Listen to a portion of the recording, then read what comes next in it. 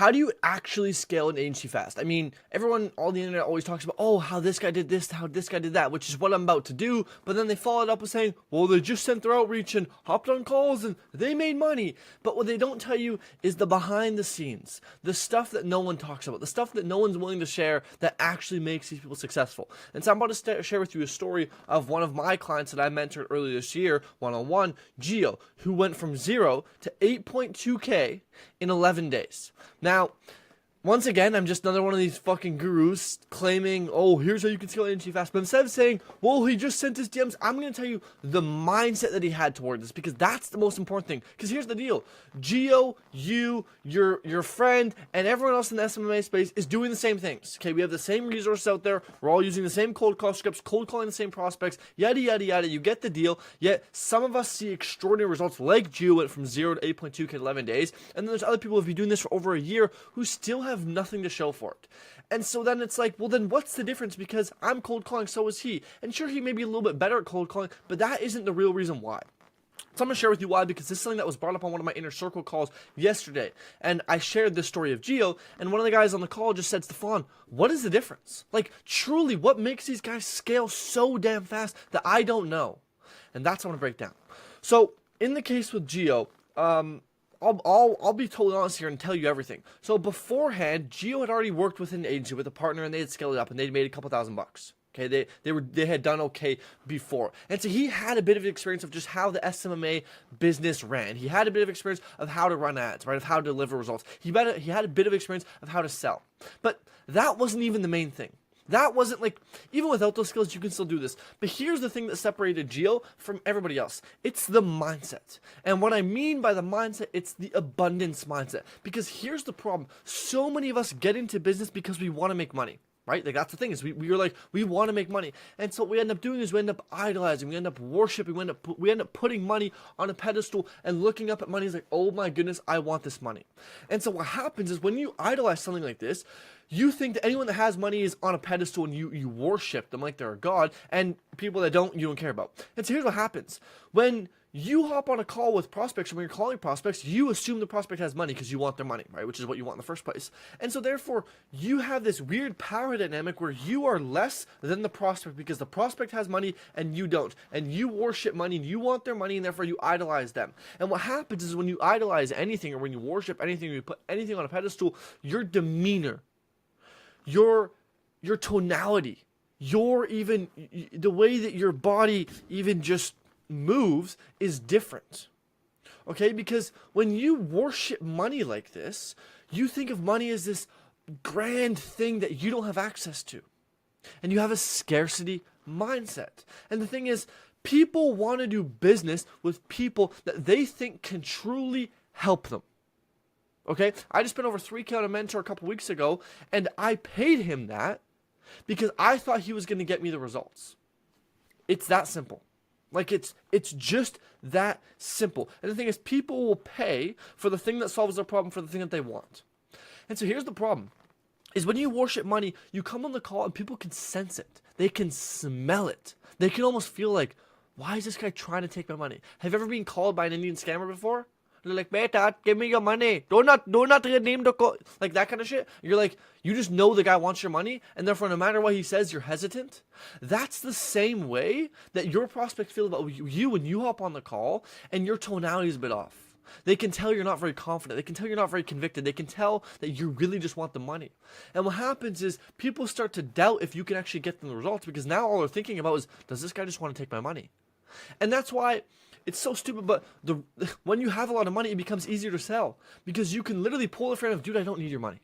Like, I don't, look at my life. Do you really think that you pay me is going to make a difference? No, it's not. Okay, I don't say this to flex or to brag or to be like, haha, look how good I am. I just say it to show you that, listen, whether you join or not is totally fine, because my life will not change. Okay, but your life could. And that's where the key is when you get the prospect thinking like, wow, this guy doesn't need my money, they're more inclined to give you their money.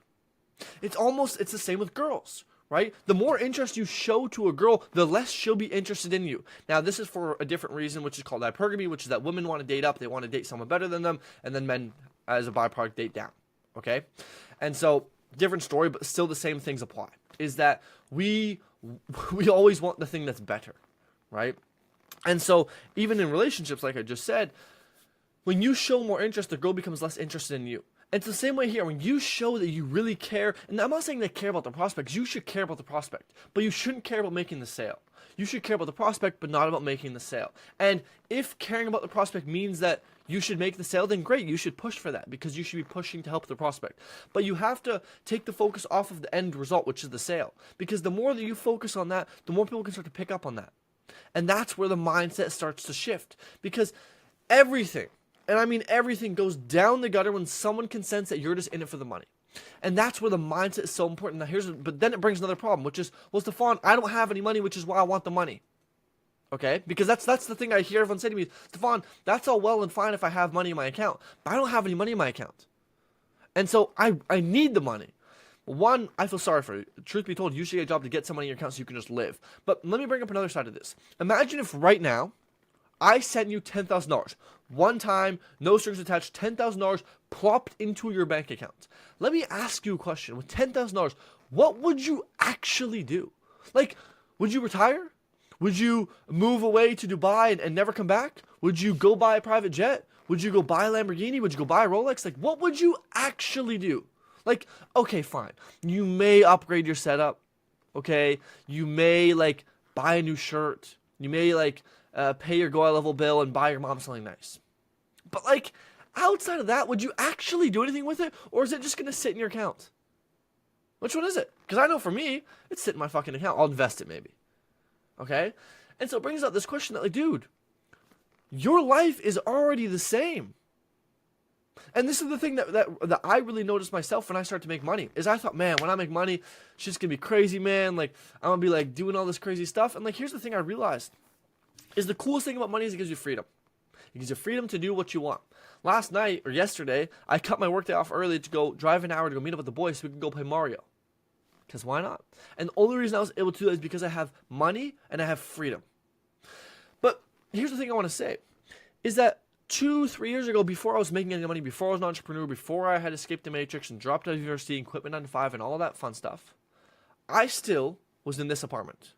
I still had this exact same desk with this same light, these same books, this same camera, this same microphone stand, this same monitor, this same light, the same bed behind my desk here that you can't see, the same whiteboard, the same clothes on my thing.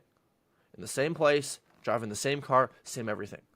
And I thought that, man, once I make a bunch of money, I'm going to, like, move out. And I was actually going to move into a penthouse, but that ended up not going through.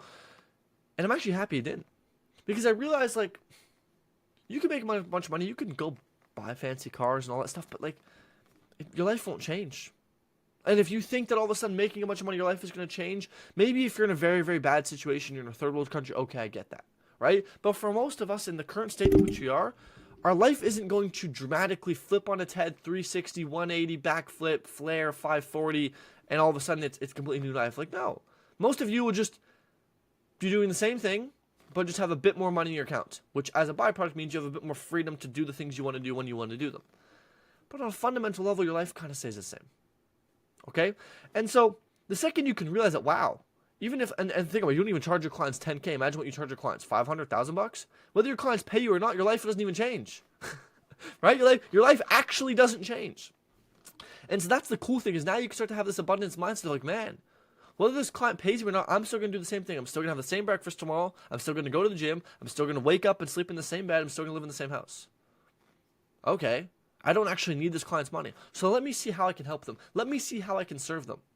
And when you go into this mindset, I don't need you, you need me. I even have written out on my desk here, they don't need you. I take that back. Don't say that. They need you, you don't need them. When you go in the mindset of, hey, I don't need them, they need me, you close so many more deals. And you sell so much more often. Because now, instead of going into this with this mindset of, oh my goodness, I have to sell them, it's like, man, I don't need them. They need me. They're on this call with me because I have a solution to a problem that they have. And the problem that they have is causing them A, B, C, D, E, F, G. And so let me help them. Now, that's like the biggest part, is this abundance mindset. Switching your view of money and changing the power dynamic between you and your prospects on calls to you looking up at the prospect, to you guys being even, or even better yet, to the prospect looking up at you. It's like, wow, this guy could really help me. And that's why it doesn't matter even if you're young. Gio was in high school, still is in high school, right? Young kid, still in high school. But people were looking up at him as like, man, this guy's going to help me. Why? Because the mindset he operated at. Now, granted, there is other things, right? Like confidence, like competence, like consistency, and other character traits which helped him. Okay, and which will also help you as well.